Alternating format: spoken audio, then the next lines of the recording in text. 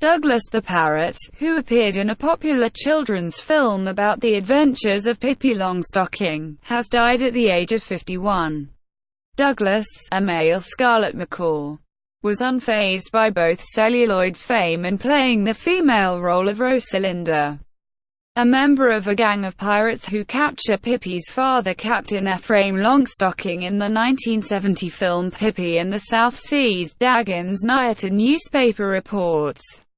Matthias Reinschmidt, the director of Karlsruhe Zoo in Germany, said Douglas had died of old age while resting on his arm. Pippi Longstocking is the young heroine of a series of books by Swedish author Astrid Lindgren, which have been adapted for the small and big screen many times. After his moment in the limelight, Douglas went on to settle in an enclosure at the folk park in Malmö. But peace was to elude him in Sweden.